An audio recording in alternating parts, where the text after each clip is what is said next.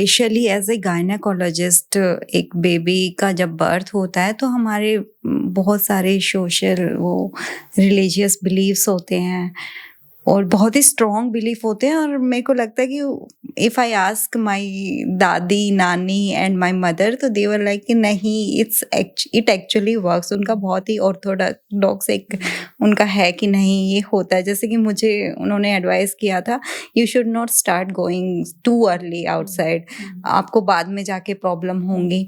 तो आपको भी इस तरह के चैलेंजेस फेस हुए होंगे, तो आप कैसे ब्रिज करती हैं एक पेशेंट के उस माइंडसेट को, मतलब साइंस से कैसे कनेक्ट करते हैं?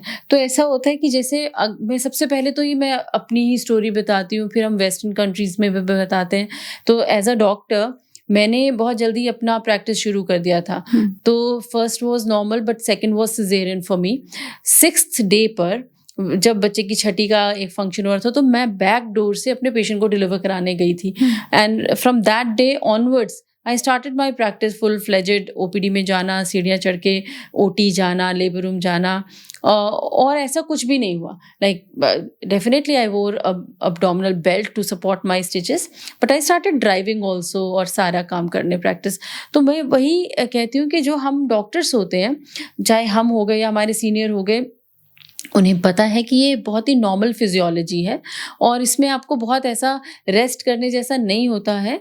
हाँ, बॉडी एक प्रेगनेंसी में जो हॉर्मोन्स थे वो फ़र्क हो गए, या पोस्ट डिलीवरी में लेबर में इन्फ्लेमेशन हुआ, मसल वीक हुई, स्ट्रेच हुई, उन सबको रिकवर करने के लिए जो आप एक पंजीरी और एक लड्डू देते हैं जिसमें आप कमरकस, गोंद, अजवाइन, जीरा, ड्राई फ्रूट्स वो सब डालते हैं, सुंड है, सूखी अदरक, वो सब डालिए। वो तो बहुत अच्छे हैं, हमारे आयुर्वेदा के बहुत अच्छे मसाले हैं, जिससे कि मखाने हो गए, जिससे कि दूध तो अच्छा बनेगा ही, वो एंटी इन्फ्लेमेटरी भी होते हैं। तो गैलेक्टोगॉग भी होते हैं, एंटी इन्फ्लेमेटरी भी होते हैं, वो आप दीजिए, उसमें कोई मना नहीं है हमें। इनफैक्ट हम कहते हैं कि वो दीजिए। बट घी जो कि सिर्फ फैट दे रहा है, और जो घी के अंदर जो एक फायदे की चीज़ थी कैल्शियम, वो हम दे ही रहे हैं। अब घी पहले ज़माने के लोग इसलिए लेते थे कि कैल्शियम की टैबलेट वो लेते भी नहीं थे। और दूसरा, गवर्नमेंट ने कहा था कि हमने घी के अंदर A, D, E के 4 विटामिन डाले हैं जो कि माँ को और माँ के बच्चे को ज़रूरी है। तो A से रतौंधी या नाइट ब्लाइंडनेस नहीं होता, D से ऑस्टियोपोरोसिस या ऑस्टियोपीनिया नहीं होता, रिकेट्स नहीं होता, E और K जो है वो ब्लड को कोआगुलेट करने के लिए ज़रूरी होते हैं। लेकिन अब तो वो हम देते ही हैं विटामिन। तो घी के अंदर कोलेस्ट्रॉल होता है, किसी को हाई बीपी था, किसी को शुगर था, आजकल की मदर्स उतना फिजिकली एक्टिव नहीं होती हैं, तो वो फिर घी ज़्यादा खाने से जो डिलीवरी का जो भी उन्होंने 10 किलो या 8 किलो घटाया होता है, वो वापस और गेन कर लेते हैं पोस्ट डिलीवरी। तो हम कहते हैं घी हटा दीजिए, उसको पंजीरी फॉर्म में दे दीजिए, कम घी का, या सिर्फ रोस्ट करके दे दीजिए। तो ये एक चीज़ है जो कि हम उनको सिखाते हैं। पेरेंट्स को काजल लगाने के लिए कहते हैं तो मना करते हैं कि कॉर्निया पर अगर ज़रा सा भी स्क्रैच आ गया तो बच्चे को भेंगापन या आई उसका लॉस हो जाएगा, कंजक्टिवाइटिस हो जाएगा। कई बार होता है कि हर छेद में तेल डालने लगते हैं, वो मना करते हैं।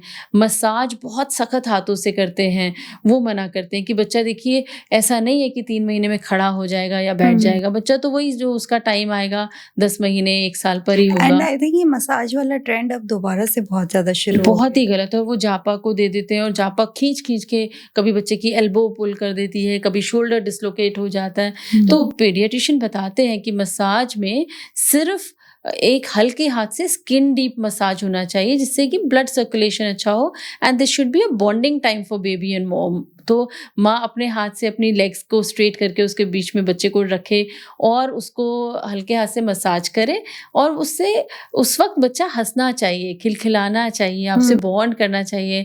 आप उसको फालतू की बातें करें कि अच्छा देखा आज पापा को मैं बहुत मारूंगी, या कुछ भी ऐसी अच्छी अच्छी बातें कि आज आपकी मम्मा ने बहुत अच्छा कुछ खाया है, कैन यू टेस्ट इट।